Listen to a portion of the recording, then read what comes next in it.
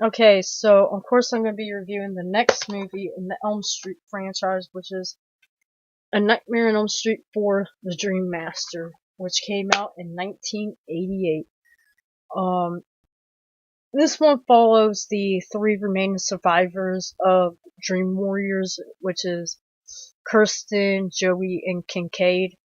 And at the beginning of the movie, Kirsten pulls Joey and Kincaid into her dream because she thinks that Freddy is possibly still alive or he's becoming more powerful and that they need to watch out for him. So Kincaid falls asleep and he's led into a junkyard by his dog, which is the junkyard where Freddy's bones are at. And I like this scene where like there's like a bunch of cars stacked up and like their lights start going off, the alarms start going off. It's like a really weird like scene. There's a movie called Street Trash that takes place in a junkyard, and it kind of reminded me of this. So I was like, I don't know, horror movies that take place in a junkyard just kind of like creep me out a little bit. I don't know why, but the dog pisses fire. I know that's a weird scene, and it opens the earth up where Freddy's remains are at, and Freddy regenerates and he comes up and he kills Kincaid, which makes him look like he had a heart attack. Then he kills Joey, who like Joey's like has a waterbed and he has like I think a poster of a model on his wall, and he falls asleep and he looks like his bed starts shining and stuff, and he hears something like moving around. So he looks under it and it's the model swimming in his bed. And then Freddy comes up, jumps out, and grabs him, and he goes, "How's this for a wet dream?" And then, kills him. You know, Kirsten goes to school the next day, and she recognizes that Kincaid and Joey are not there. So you know, she's trying to stay awake, because she knows that Freddy's probably back, and her mom gives her some sleeping pills, and she falls asleep and Freddy attacks her and he kills her by throwing her into a furnace. And then cause she's a lucid dreamer, so she passes this skill or this power to Alice. So Alice has it now, and she can start bringing her friends into her dreams, which causes problems for everyone. Uh, there's some like cool death sequences in it. There's like, and this movie kind of remind me of like a rehash of Dream Warriors, but instead of like all of them, everyone using their individual powers for defeating Freddy, like their powers after they die, they get transferred to Alice. Um, there's like there's this one scene or one death scene, where there's like a girl. She has like a bug phobia, but she's like a weightlifter and stuff. Which I never really seen that in a movie where they have a female that's like obsessed with bodybuilding. But she has like a bug phobia, like I said, and like she's like weightlifting, and you see Freddy come over, and he pushes the bar down, and her elbows start cracking, and you see like her bones popping out, but they look like like the legs of a cockroach or something. And then like he lifts the bars up, and her arms flop down, and they like skin starts peeling off, and like they start turning into like cockroach limbs. And then Freddy, he's standing outside, or he has like a roach motel, and she's in it, and he crushes her, and like there's a bunch of goo that comes out. Um, there's this girl, she's like a nerdy black girl, she has asthma.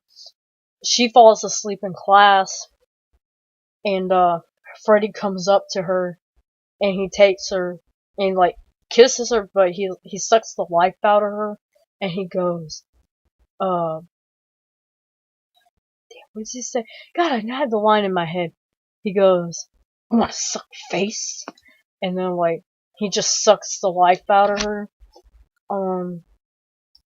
It was kind of a lame death with Alice's brother. He's obsessed with like karate and stuff, and there's like a scene where he's dreaming, and it's kind of like set like in like Japan or something like that. But you can tell it's just like a bunch of white sheets and stuff, and he's fighting Freddy, but Freddy's a ghost, like he's invisible, and like he's fighting him and stuff, and then like Freddy like shoots his glove at him and like hits him in the chest and kills him. Then there's some other cool scene. There's a scene in it where Freddy like dresses like Robert Englund in drag, and he was dressed up as a nurse, and then he like turns around, he transfers into Freddy. Um, there's there's this one sequence that really annoyed me in the movie, and I understand why Renny Harlin did it, because Renny Harlin directed this. He's known for making like really wacky horror movies, which he made Prison. I think this came out the same year, and that movie's okay. That wasn't like really too crazy, but he made Exorcist the Beginning, and he made the theatrical one. And I was like, it was alright, but you could tell, like, it wasn't really, like, supposed to be, like, a serious movie. But, anyways, well, he says there's a scene where this scene just loops over and over again, and it's Alice and her boyfriend, I think. They keep driving around in a circle, and he's dropping her off somewhere. I think it's to go to the restaurant or the diner. And it just does it like 3 times, and I'm like, why is it doing that?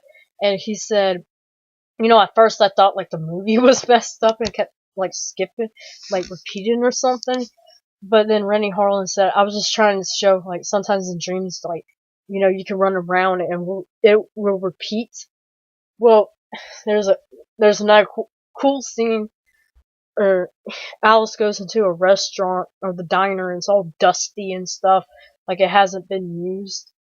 And Freddy's sitting there and he has a pizza and it has like a bunch of meatballs on it, but it has like faces of his victims, and it's like they're like screaming in agony and stuff, and it's the souls of his victims. And he takes one and he sticks his claw finger in there and he pulls it out. He's like, want a little meatball? This scene's still cool. I like it, even though people say, oh, it's dated. There's a scene where Alice goes into a movie theater, and then she's watching a movie, and it's like black and white on the movie, but everything she's like on a top balcony, everything starts getting sucked into the TV, and she's like trying to hold on and stuff, and she gets sucked into the TV, and like when she goes to the screen, it looks cool. I'm still impressed at how they did that scene. It's amazing. Like how she gets sucked into the screen and then goes into like the movie world. I thought that was cool.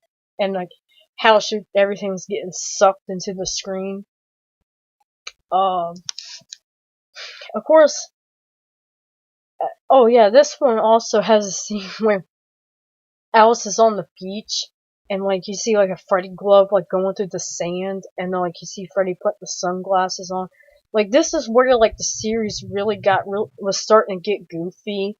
It started with this movie, and it's not as bad as part 6, but you could tell this is like where it was starting, because this is where Freddy was like making jokes, like cracking jokes and making one-liners all the time. I mean, it's really like part bad in part 5 and definitely 6. But so at the end of the movie, like I don't understand like how Freddy starts dying at the end of these movies now, because they change his deaths in every movie, and this time it was just ridiculous. So Alice and her boyfriend go into this church. Like there's a sequence where she kind of gets like all her friends like materials and stuff, Like, she has, like, her brother's, like, bandana thing. And then she has, like, nunchucks. She has, like, someone's wristband and all that. And it's kind of like her friend's powers getting into her. And it makes her, like, the Dream Master. That's why it's called the Dream Master. Well, she goes to the church or whatever. And she starts fighting Freddy. And, like, his soul, like, all of his victims' souls are in his body. And, like, for some reason, like, she says, like, the Dream Master nursery rhyme. And this, like, angers the souls and they're trying to break out of his body. I mean, the effect's pretty cool. The effects are by Screaming Mad George, who, he did the special effects for, a movie called Society, which you haven't seen it. The last 20 minutes are freaking crazy. But, so, the souls are trying to break out of his body, and they burst open. There's like a flood of light that comes out and kills Freddy. And it was just like, what? I mean, the death scene in part 5 is like the weirdest one, but I was like, oh, okay. I mean, this is not my favorite movie. I mean, it's decent. Like, I can watch it. I mean, I don't watch it that much, because I don't really remember that much about it. I mainly remember, like, some of the dream sequences and the death scenes. But, I mean, it's a really wacky movie.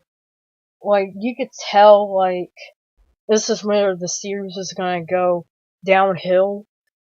And so, yeah, that's my review.